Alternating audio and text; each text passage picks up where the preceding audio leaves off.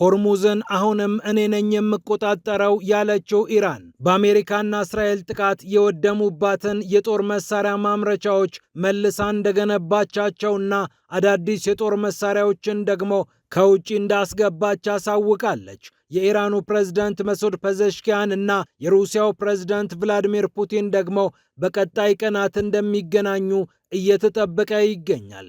እስራኤል ድምጿን አጥፍታ አሁንም በደቡብ ሊባኖስ እርምጃ መውሰዷን የቀጠለች ሲሆን የአካባቢው ውጥረት አሁን ይበልጥ ከፍ እያለ መጥቷል።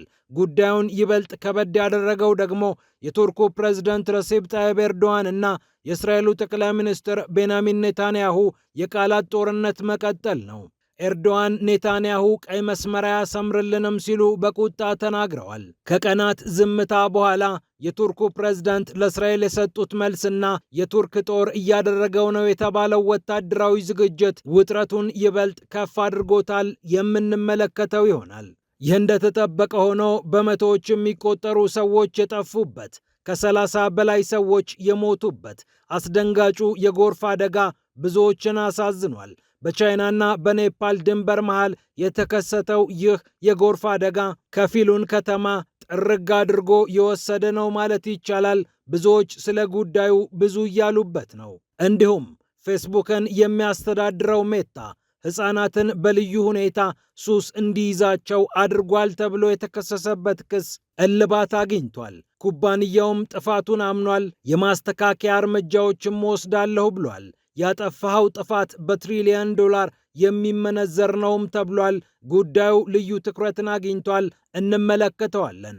ፒያሳ ኔትወርክን ስትከታተሉ ሁሉንም በጥልቀት ታገኛላችሁ። ፒያሳ ኔትወርክን ሰብስክራይብ፣ ላይክ እና ሼር በማድረግ የፈጣን የተአማኒና የጥልቅ ዘገባዎች ቤተሰቡን ስንል በአክብሮት እንጋብዛለን። ብስራት ከፈለኝ ነኝ። አሁን ወደ ጉዳዮቻችን አለፍን።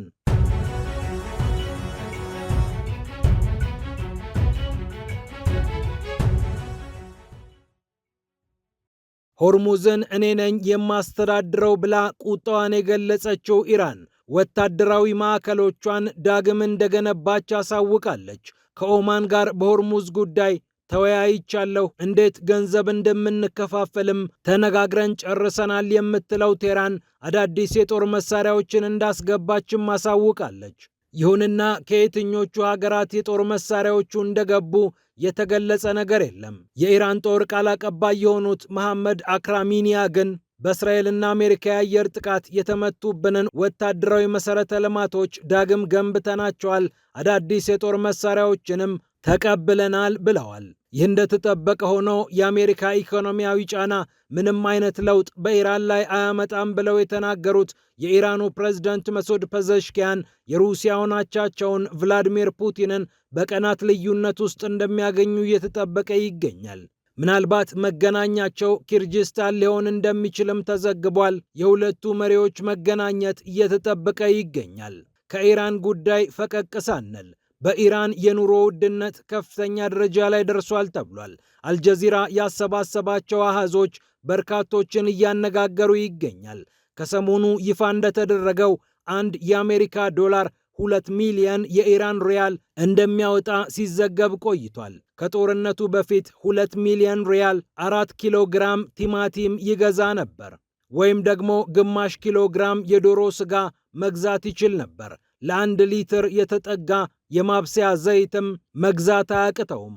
አሁን ግን እነዚህ መሰረታዊ ሸቀጦች በከፍተኛ ደረጃ ጨምረዋል። የቲማቲም ዋጋ በ71 በመቶ፣ የዶሮ ስጋ ዋጋ በ74 በመቶ፣ የምግብ ዘይት ደግሞ በ177 በመቶ እንደጨመረ ነው አልጀዚራ የሚዘግበው።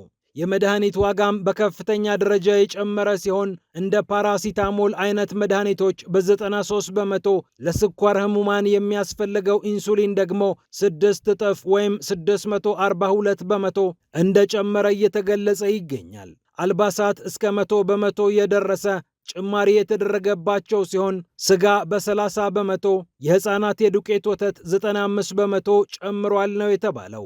እንቁላል 129 በመቶ ሲጨምር ብርቱካንን የመሳሰሉ ፍራፍሬዎች እስከ 106% ጨምረዋል ነው የተባለው። በአንጻራዊነት አነስተኛ ጭማሪ ያሳየው ሩዝ ሲሆን በ2 በመቶ ብቻ ከጦርነቱ በፊት ከነበረው ዋጋ ጨምሯል።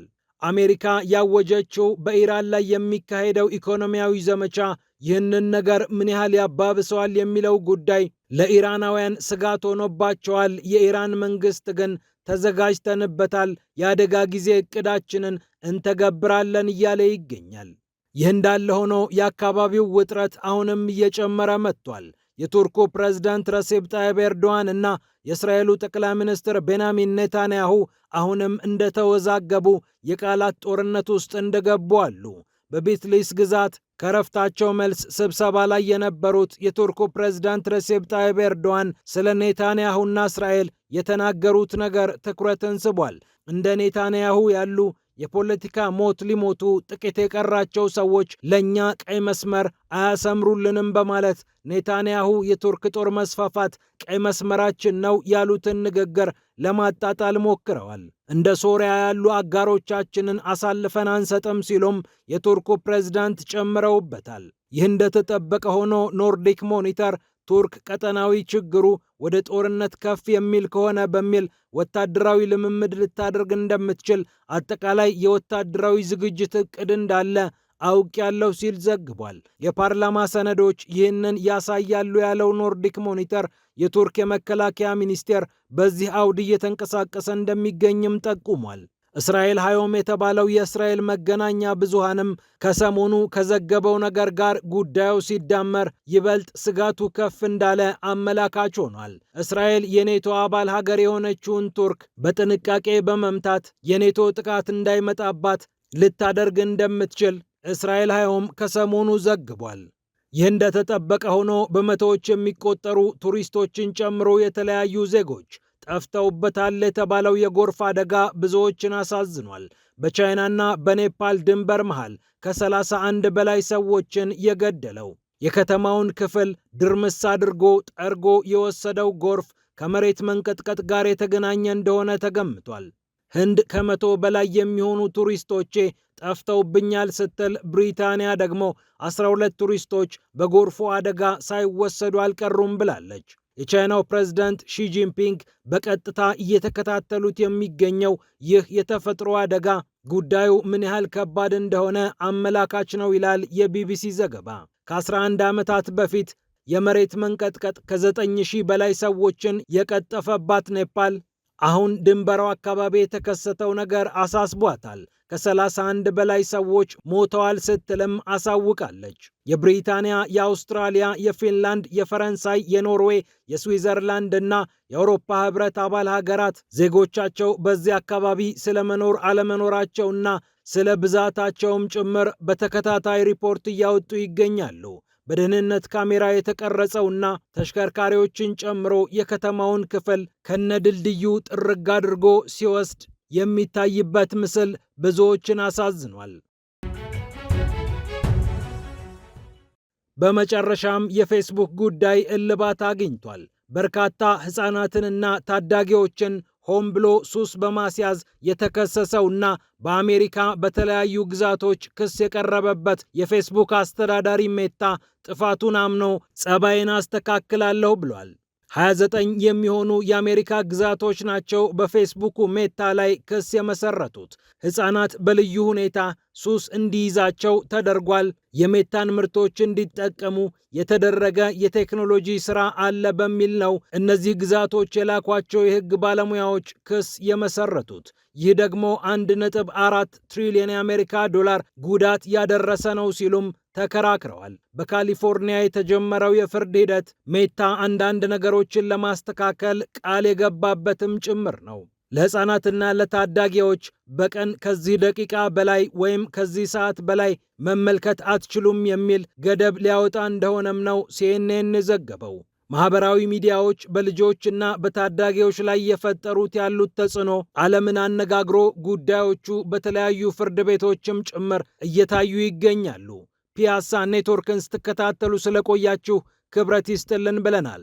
ፒያሳ ኔትወርክን ሰብስክራይብ፣ ላይክ እና ሼር በማድረግ የፈጣን የተአማኒና የጥልቅ ዘገባዎች ቤተሰብ ሁኑ ስንል በአክብሮት እንጋብዛለን። ብስራት ከፈለኝ ነበርኩ። ሰላም ለዓለማችን።